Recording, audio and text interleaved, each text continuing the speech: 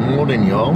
It is day 40 of this video trainer. We are in Tampa, so we're on our way to Powerhouse Gym there now. Thankfully, my buddy Kris Cavallini of Nutrition Solutions, he's hooked up the gym, so we're approved to go film in there, get a workout in this morning. So when I got to the hotel last night, it was cool because I found there was cooking stuff in there.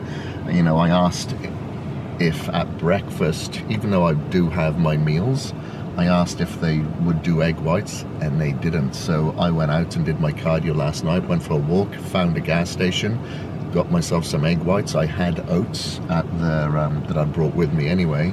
So I woke up early this morning, had my egg whites, cooked them up, had my oats, let that settle, having a decaffeinated coffee now to warm myself up, and my pre-caged. And I'll stop drinking my pre-cage now, probably in about 10 minutes, given the, you know, it's going to take possibly like 20 minutes or so. So we're primed for when we get in there.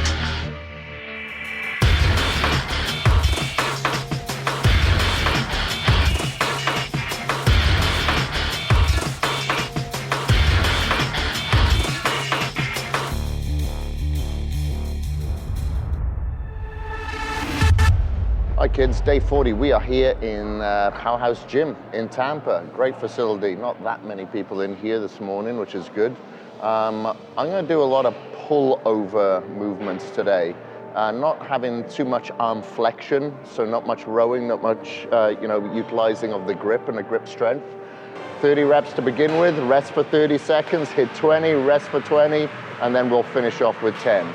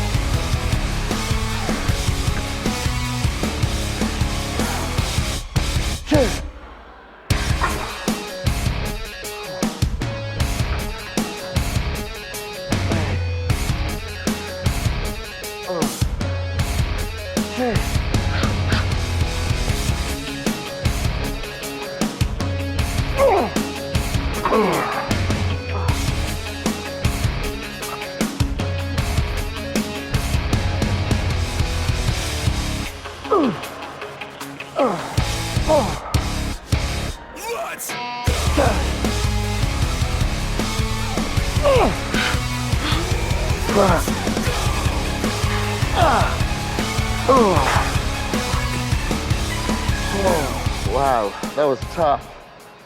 Great way to start the day here though, early in the morning in Tampa. Even seated, I'm surprised how much I've got my cardiovascular system taxed. So that's good, keeping it intense. All right, next movement. Let's go and have a look, see what we've got here.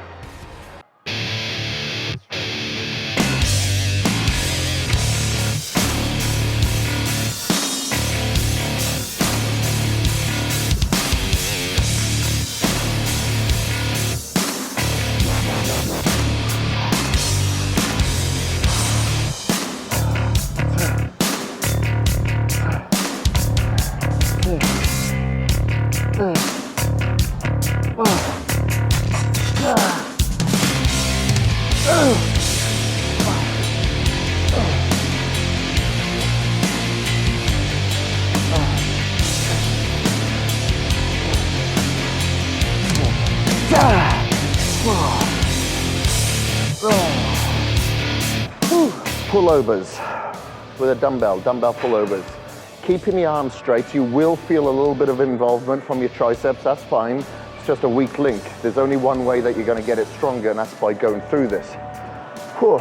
So I did 20 repetitions.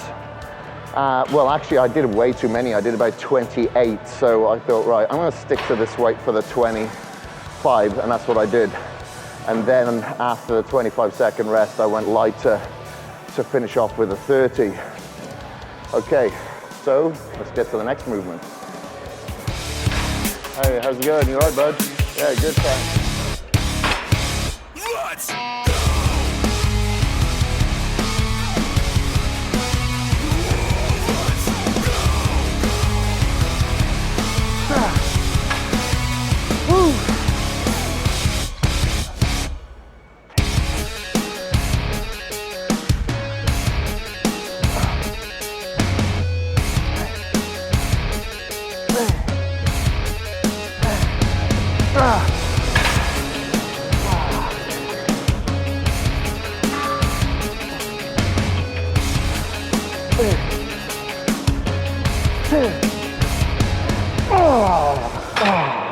Fuck.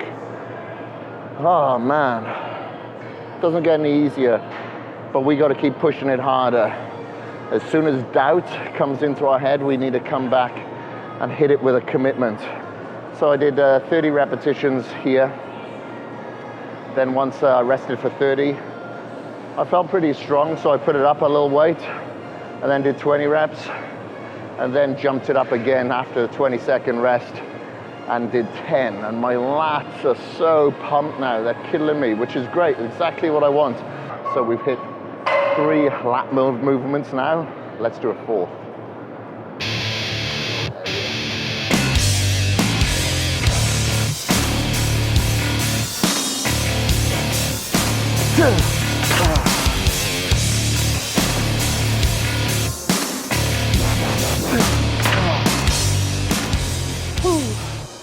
So I did a lat pull down. Now you'll see what I used here was a mag grip.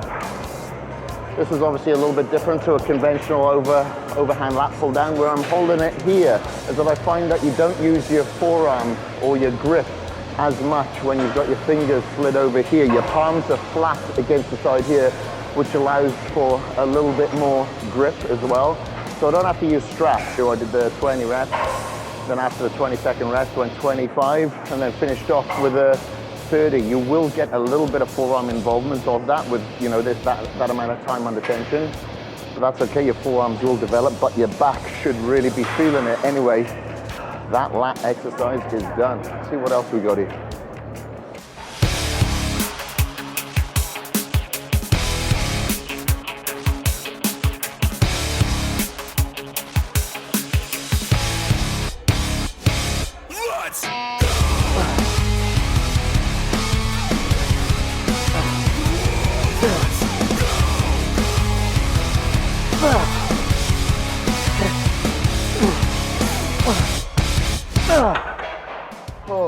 Okay, that's our 5th and final exercise that we're doing for back, and we targeted upper traps this time.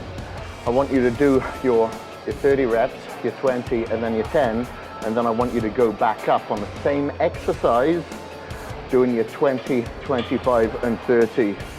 Now try to use straps if possible, because your grip strength will go on this, but we're not finished yet. We got calves, and luckily enough, I can see a standing calf machine right behind me. Again, the gym that I train at in Boise does not have a standing calf, would you believe? So I'm going to take advantage of that. And then next door to it, I can see there's a donkey calf machine. Again, my legs are going to be straight, so that's all that matters. And today we need to hit the gastrocnemius. Let's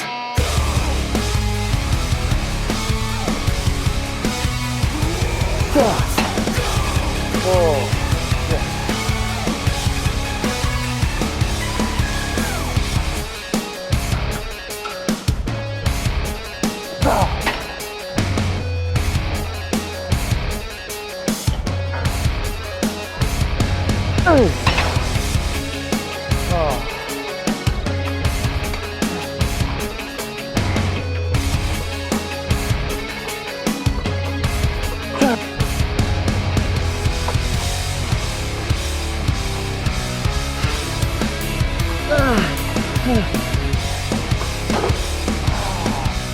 Right, so we finished off with donkey calves. If you don't have a donkey calf machine in your facility, that's fine. Use a leg press or just stick to the standing. As long as you get your repetitions in, which we did, which was on the standing, did 30 repetitions, rested for 30 seconds, did 20, rested for 20, finished with 10. And then I, after about 45, 60 seconds rest, came straight onto the donkey and did 20 reps, which burned, and then the 25 hurt like hell. And then on the 30, I just opened that grave just a little bit wider so I could really bury myself, which I did. I had to do the rest pause. So anyway, we are done with that. I'm going to introduce you to my good friend, Kris Cavallini, the owner of Nutrition Solutions. He is kind enough to set this up so we could come and film in here today. And I'm really, really tired now. And the last thing I want to do is cardio.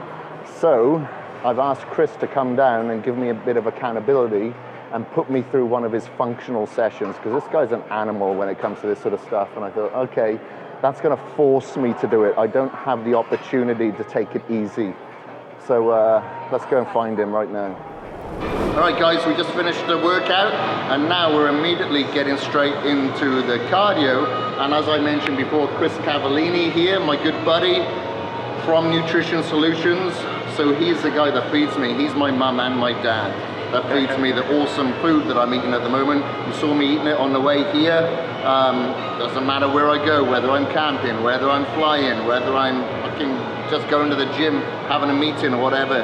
It's his meals that I utilize. Like, have a look if you've got this, these pieces of apparatus or equipment. I don't even know what the hell we're gonna do. Try to follow this along for yourself, and then, you know, once we finish this challenge, maybe this is something that you can pursue as well. I certainly will.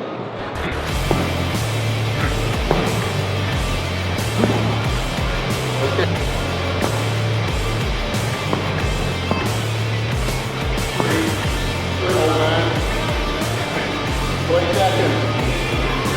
Look at this.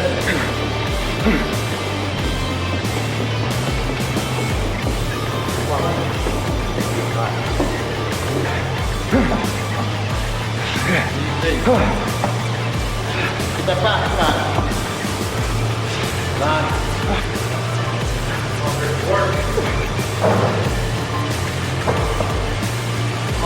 Work.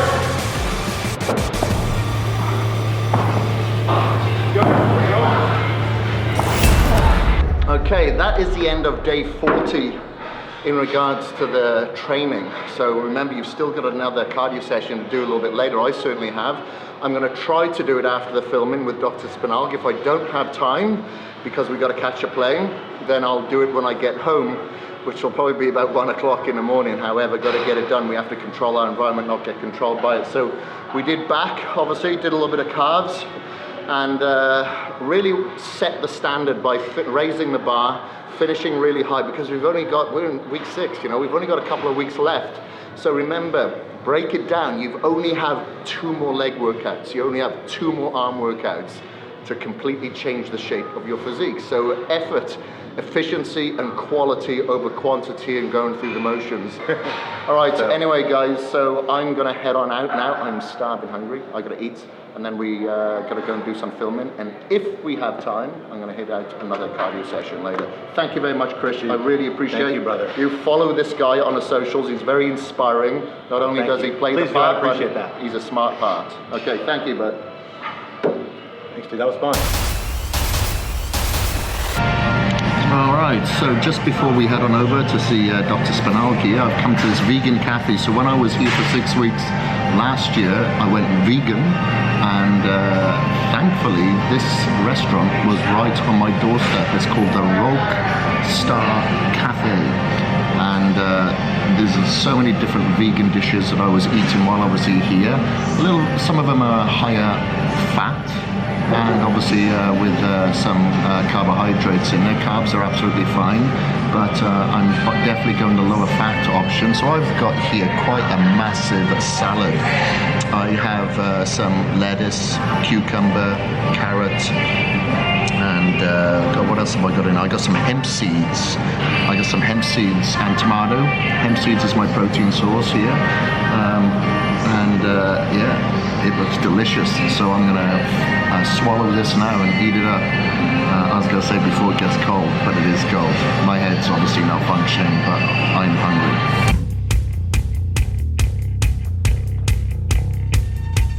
So we're shooting a video series every single day over an 8-week period. Okay. And you know, I've just been set up camp at home in Boise. I didn't want to do any travel except for this. Is that 11? Oh wow, I forgot about this. 11-2. Look at this. Like this, you know, the eyes tell it. The eyes are the window of the soul. Like, of course, you can tell you were depressed. The brain's just like shut down. Yeah. You know. Brain fog. Yeah. Well, you know, I wanted to talk about some of the labs. You know, how toxed out I was, because, you know, for years and years I'd tried absolutely anything and everything. You know, the changes not only helping with, you know, with the IV and the glutathione and the ALA, but the lifestyle changes, and look into the toxicity that was in my environment, and making, you know, better decisions with my food, even though, you know, as an athlete, we think, yeah, we're eating healthy as long as we're hitting our macros, but not looking at the sources of where those foods are coming from, whether the, you know, the GMO, whether the pesticide or whatever. Sure. So making the changes now of eating organic and not overcooking my food so I have the enzymes in there. You know, it's like if you have a joint formula and you think, is it working? And then you run out of that joint formula and it's like, wow, my knees are killing me. It obviously was. So now I can look back in hindsight and go, wow, what happened for 10, 15 years of my life until I actually came here, sought your help, and then lived the lifestyle that you recommended to me, and I've just got better and better and better. Look at this, you want to zero in on this guy, and that's what toxins do to you. Actually, the maneuvers I did to pump these toxins out of your cells, because the life of our body, you know, the life of every cell is in the mitochondria. And I actually have your mitochondrial numbers and the pesticide numbers and things up on the board in the conference room.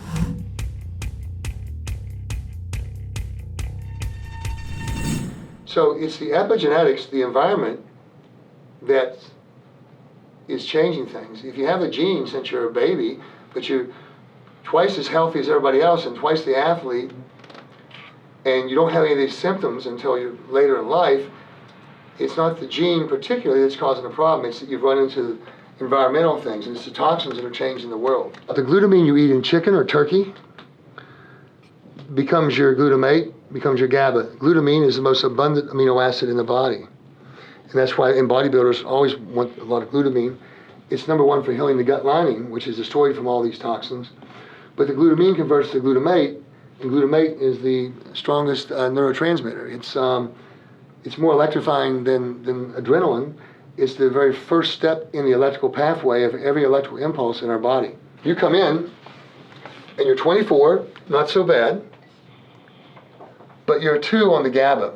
So if we just make the glutamate at 20, you're 3 times over electrified in your brain and body just from that ratio. Your petrochemicals were off the chart. A 7,000 on this particular chemical puts you in the worst, most toxic 5% of people.